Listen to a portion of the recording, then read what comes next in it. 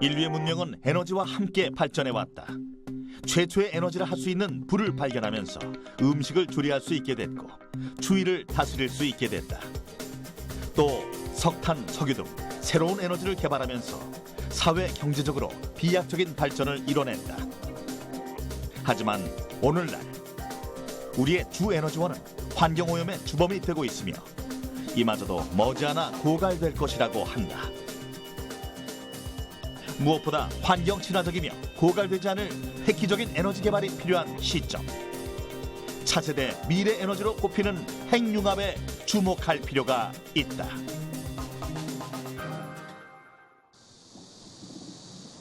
미래 에너지 개발을 위해 우리가 눈여겨보는 것은 바로 태양이다. 태양은 엄청난 에너지를 지구에 전달한다. 태양이 방출하는 에너지는 빛과 열의 형태로 지구에 도달하는데 지구상의 거의 모든 생명활동과 화학 반응, 에너지에 의한 물리적 변화는 태양 에너지가 원천이라 할 수 있다. 태양은 지구에서 가장 가까운 곳에 있는 항성이다. 항성은 언제나 빛을 내는 천체라는 뜻으로 스스로 빛을 내고 있는데 빛은 에너지의 결과라고 할 수 있다. 항성에는 무엇이 있기에 그렇게 오랫동안 빛을 낼 수 있는 것일까? 태양이 가진 에너지, 그 속에는 핵융합의 비밀이 숨어 있다. 사실은 우리 주위에 있는 모든 물질들이 이제 지금 핵과 전자로 이렇게 이루어져 있는데요. 이제 그 핵에는 이제 뭐 수소, 제일 가벼운 걸로는 이제 수소서부터 이제 무거운 걸로는 뭐 우라늄 이런 것까지 이제 다양한 무게들의 그런 어떤 핵으로 이루어져 있습니다. 근데 이제 이 핵들이 일단 서로 이제 융합을 해서 더 무거운 핵이 되기도 하고 아니면 이 핵이 쪼개져 가지고 더 이제 가벼운 핵이 되기도 하는데 수소 같은 가벼운 원자의 핵들이 서로 합쳐졌을 때 나오는 그런 에너지를 이용하는 게 이제 핵 융합 에너지인데요.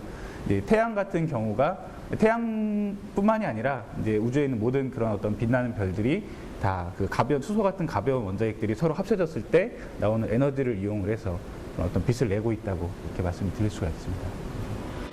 태양을 비롯한 항성의 빛의 원천은 수소다.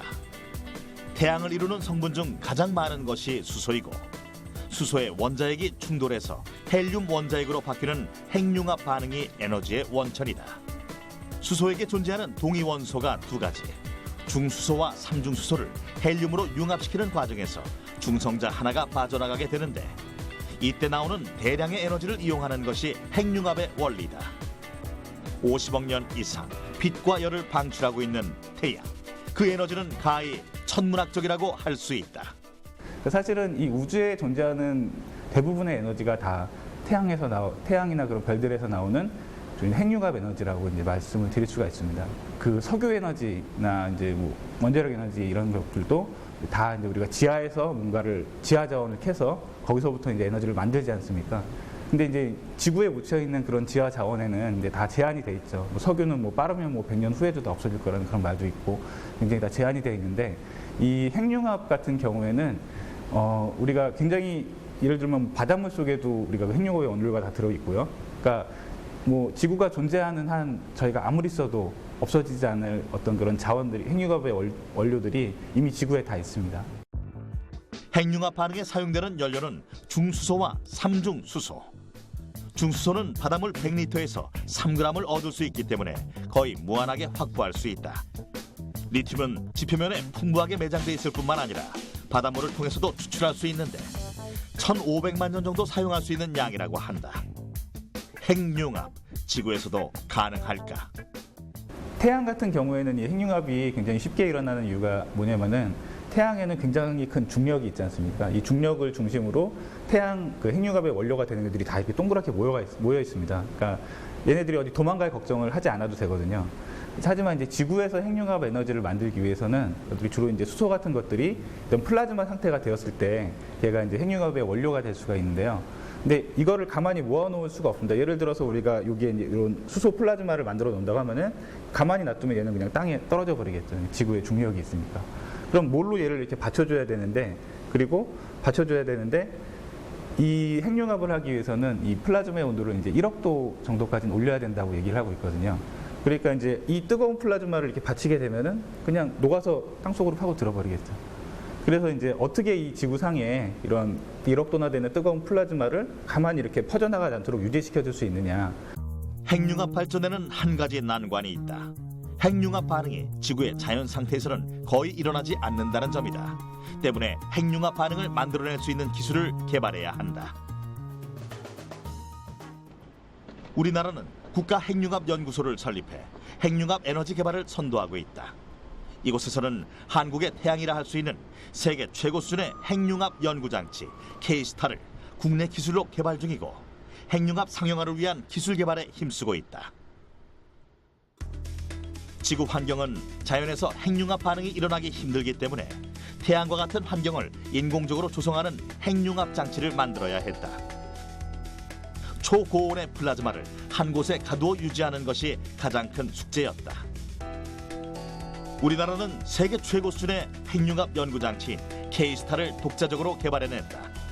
지름 10m, 높이 6m 규모의 K스타는 1억 도 이상 되는 초고온 플라즈마를 만들어 가두고 그 상태에서 태양에너지와 같은 핵융합 에너지를 만들고 있다. 2007년 완공된 K스타의 시작은 1995년이었다. 1995년 시작된 프로젝트는 2007년 두 장치를 완공시켰고 2008년 처음으로 플라즈마를 발생시킨 이후 2040년 핵융합 발전소를 상용화하겠다는 목표로 기술을 진보시키고 있다. 계속해서 진화하고 있는 K스타의 핵심 원리는 무엇일까? 1억 도 이상의 온도를 높여야 되기 때문에 일반적으로 우리가 사용하고 있는 그릇이나 용기로는 그 플라즈마를 가둘 수가 없습니다. 그래서 저희들이 자기장을 이용을 해갖고 그 플라즈마 담는 그릇을 만들게 됩니다. 그래서 K스타 같은 경우에는 도넛 모양의 그 플라즈마 자기장 그릇을 만들어서 거기에 가두게 되죠. 그렇게 되고 나면은 플라즈마들이 도넛 모양의 그 그릇 안에서 회전을 하게 됩니다. 그 도넛 안쪽에 있는 자기장 코일을 이용을 해갖고 자기장을 플라즈마한테 전달을 합니다. 급격하게 빠른 속도로. 그러면은 플라즈마가 가열이 됩니다. 그 가열을 통해서 1억도를 높이게 되고 그 1억도 높은 상황에서 이제 핵융합이 일어나게 됩니다. 초고온 플라즈마를 가두고 핵융합을 만들어내야 하는 장치. K스타는 토카막이라는 구조를 하고 있다. 토카막은 원형으로 감은 전선 자기장 구멍이라는 뜻이다. 말 그대로 원형으로 감은 구조에 자기 코일을 설치한 장치를 말한다. 토카막 구조는 플라즈마 입자가 자기장으로 묶인 영역을 벗어나지 않게 할 수 있다. 핵융합의 새로운 가능성을 연 것이다. 하지만 초고온의 온도를 만들기 위해서는 좀 더 연구가 필요했다. K스타에서 이제 특이한 점은 예전에는 이제 전기 자석, 그러니까 전자석을 이용해서 자기장을 만드는데 구리 자석을 썼습니다. 이제 그런 경우에는 그 구리가 갖고 있는 전기 저항 때문에 많은 에너지가 열 에너지로 소모가 됩니다. 그래서 높은 전기장을 만들기에는 여러 가지 문제점이 많고요. 그래서 K스타는 이제 초전도 자석으로 그 전자석을 만든 다음에 자기장 용기를 만들었습니다. 초전도 상태에서는 도체에 많은 전류가 흘러도 저항에 의한 온도 상승이 거의 없을 뿐 아니라 전력 손실도 매우 적다. 때문에 강한 자기장이 필요한 장치에는 초전도 자석이 필요하다. 토카막 역시 장시간 동안 강한 자기장을 유지해야 하기 때문에 초전도 자석이 꼭 필요하다. 진공 상태인 K스타에 시동을 걸면 플라즈마는 내부를 회전한다. 자기장 코일이 자기장을 플라즈마에 전달하면 플라즈마는 점점 가열되고 온도가 1억도까지 올라갔을 때 핵융합이 일어난다. 초전도를 쓰니까 아주 극저온, 그게 이제 바깥에 자석을 지탱해야 되고 또 안쪽에는 1억도 이상의 또 고온을 지탱해야 되고 하는 굉장히 그 극한 기술이 요구되는 재료들, 그러니까 극한 재료라고 하는 쪽에 기술이 또 이제 필요하게 됩니다. 고밀도의 플라즈마를 어떻게 안정적으로 가두고 제어하느냐. 두 번째는 핵융합 반응을 어떻게 스스로 지속하도록 하느냐 하는 기술. 세 번째가 이제 극한의 핵융합 재료를 어떻게 만들고 그걸 가지고 그 핵융합 그러니까 반응로를 구성하느냐 하는 그런 핵융합 극한 핵융합 재료 기술. 이렇게 이제 세 가지 기술들이 지금 하나의 난제다 또는 해결해야 되는 그 과제다 이렇게 우리가 정의할 수가 있습니다. 한국의 태양이라 불리는 K스타가 에너지를 상용화하기까지는 많은 과제가 남아있다. 핵융합 연구에서 중요한 역할을 하는 플라즈마는 무엇일까? 초고온에서 전자와 이온으로 분리된 상태. 플라즈마는 고체, 액체, 기체가 아닌 제4의 물질 상태라고 할 수 있다. 그러니까 실질적으로 이제 플라즈마라고 하는 것이 그러니까 기체에서 에너지를 더 가하게 되면 입자들이 이렇게 분리돼 가지고 움직이는 상태를 플라즈마라고 하거든요. 그래서 실질적으로는 공기 중에서 많이 벌어지고 있어요. 물질은 원자로 구성돼 있다. 원자는 전자와 원자핵으로 구성돼 있으며 서로 잡아당기는 힘에 의해 전자가 원자핵에 붙어있는 형태다. 이때 온도를 높이면 물질은 고체에서 액체로, 액체에서 기체로, 온도가 1억 도씨에 이르면 전자와 원자핵이 모두 떨어져 자유롭게 움직이는 플라즈마 상태가 된다. 자연 현상에서도 플라즈마를 쉽게 발견할 수 있다. 대기 중에서 발생하는 방전 현상의 일종인 번개와 극지방의 오로라는 대표적인 플라즈마 현상이다. 인공으로 만든 저온 플라즈마도 있다. 저온 플라즈마 경우에는 이온의 온도가 섭씨 한 30도씩 이 정도에서 한 수백 도씩 이 정도가 되는 걸 이제 저온 플라즈마라고 하고 있습니다.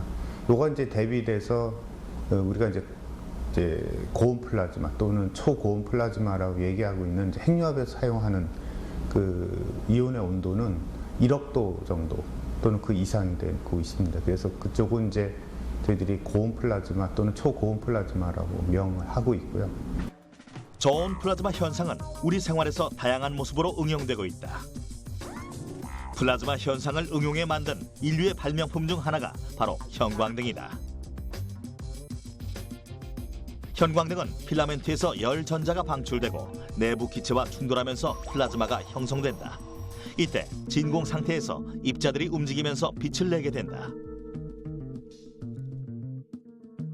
플라즈마는 공업 분야부터 의료 부문에 이르기까지 다양하게 활용되고 있다. 이는 플라즈마의 상용화 노력을 꾸준히 추진한 결과다. 그러니까 플라즈마의 가장 큰 특징 중에 하나가 이제 살균 효과, 그다음에 이제 표면에다가 고르게 코팅하는 효과 이런 것들이 있는데 농식품 쪽에서라고 하는 거는 그러니까 예를 들면 뭐 김밥 표면에 살모넬라균 같은 것 때문에 식중독균이 있는데 그런 것들을 플라즈마를 발생시켜 가지고 에너지를 갖고 있는 입자들을 거기다가 박아가서 그 균들을 없애는 그런 역할을 하고 있죠. 번개가 많이 치면 풍년이 든다는 옛 속담이 있다. 식물은 생장에 꼭 필요한 질소를 공기 중에서 얻지 못하고 비료를 통해 공급받는다. 하지만 플라즈마 상태인 번개는 공기 중에 산소와 질소를 화합시켜 식물이 직접 사용할 수 있는 형태로 만든다. 결국 번개가 많이 치면 풍년이 든다는 말은 플라즈마로 질소를 식물에게 공급한다는 뜻으로 풀이된다. 이처럼 플라즈마는 농업에도 응용되고 있다. 배추가 많이 재배돼도 가격이 폭락이 되고 그래서 이제 농민들이 시름시름 앓고 있는 이유가 그게 저장이 잘 된다고 한다면 이런 파동이 일어나지 않거든요. 어떻게 하면 기간을 좀 더 늘릴 수 있을까를 보고 있어요. 계속 연구가 되고 있고요. 근데 지금 저희가 플라즈마 기술을 이용해서 지금까지 했던 것들을 이제 대체하거나 아니면 더 업그레이드된 기술로 저희가 제안을 하려고 하고 있고요. 과일이나 달걀 등 식품 표면에 플라즈마를 처리하면 식품의 보존 기간을 연장시킬 수 있다.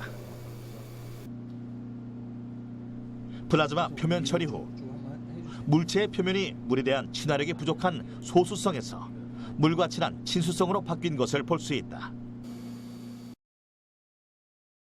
지금 한창 연구되고 있는 것 중에 하나가 예를 들면 이제 그 플라즈마의 특징 중에 하나가 이제 자극을 주는 것들이거든요. 옛날에 어른들이 뭐 얘기할 때 보면은 감자를 좀 크게 키우려고 하면 감자 표면에다가 칼질을 딱 하면은 감자가 좀 이렇게 커지잖아요.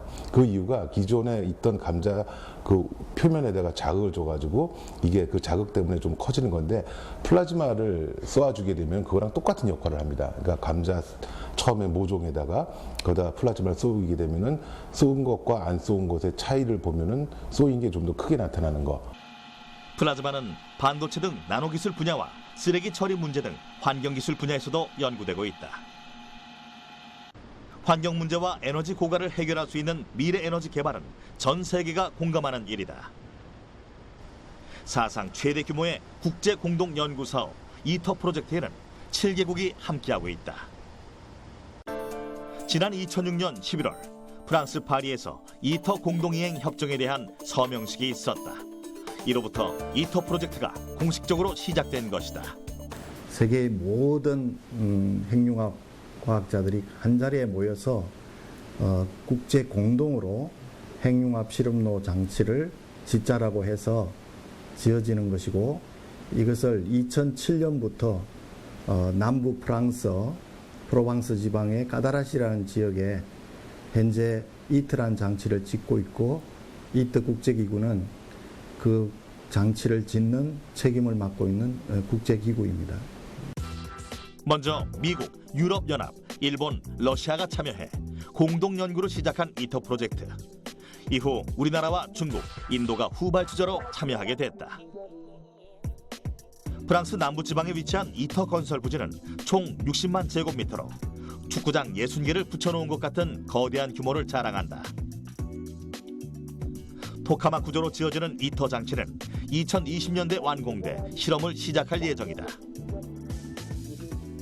과학자들은 커다란 규모의 이터에서 더 뜨거운 플라즈마가 만들어질 것이고, 그로 인해 훨씬 많은 핵융합 에너지를 생성할 것이라고 확신하고 있다. 또 초고온의 플라즈마를 오랫동안 안정적으로 유지할 수 있을 것이라고 기대한다. 이터 회원국들은 이터 운영 경험을 바탕으로 각국의 핵융합 발전 실증로를 건설해 핵융합 에너지 상용화를 이룬다는 계획을 가지고 있다. 지난 50년 동안의 핵융합 과학기술자들의 연구 결과 두 가지에 남아있는 이슈가 있습니다. 하나는 뭐냐면 과학기술적으로는 핵융합이 실현될 수 있다고 어느 정도 보여주고 있지만, 실제 그것이 스스로 타면서 핵융합 반응이 스스로 일어나면서 그것이 오랫동안 지속될 수 있을 것인가 하는 실제 연소 플라즈마의 달성 가능성을 검토하는 것입니다. 또 하나는 엔지니어링적으로 이거를 지을 수 있느냐가, 공학적으로 타당한가, 건설할 수 있는가라는 것을 검증하는 두 가지의 과학기술적인 주제와 하나의 공학적인 주제, 두 가지를 검증하는 것이 목표가 되겠습니다. 이터 사업의 목표는 4가지 단계로 진행되는데, 현재는 첫 번째 건설 단계 중간에 와 있다. 회원국인 각 나라는 이터 장치에 들어갈 부품을 연구하고 제작하고 있는데, 3, 4년 후가 되면 제작된 부품들이 프랑스 남부 이터 국제기구에 모이게 될 것이다. 국제기구가 부품을 이용해 건설을 완료하면 운용 단계, 방사능 감쇄 단계, 폐로 단계를 거쳐 2040년에는 에너지 상용화를 실현시킨다는 계획이 있다. 중요한 것은 이트라는 장치를 가장 반듯하게 세계적인 참여국들과 협력해서 완성하는 것이고, 우리 스스로 회원국으로서 모든 이트에 사용되었던 지식을, 지적 자산을 우리가 사용할 수 있는 실시권을 확보하고 있기 때문에 저희 스스로도 우리 기술력만 확보된다면은 기존의 원자력 설계 능력, 건설 능력을 합쳐서 저희들이 핵융합 시장에도 좀 앞서 나갈 수 있지 않을까 하는 조심스러운 기대도 해보고 있습니다. 핵융합 에너지 개발에 성공하면 인류에게 미래 에너지를 선물하는 동시에 오염으로 지친 지구를 구해낼 수 있다. 그동안 우리는 많은 자원을 지구에게서 빌렸으면서 환경을 훼손했다. 그리고 미래 에너지를 개발하는 것으로 환경과 에너지 고갈 문제를 해결하려고 한다. 에너지를 절약하고 환경을 개선하는 데 앞장서야 할 사람은 과학자들이 아닌 바로 우리 자신이다.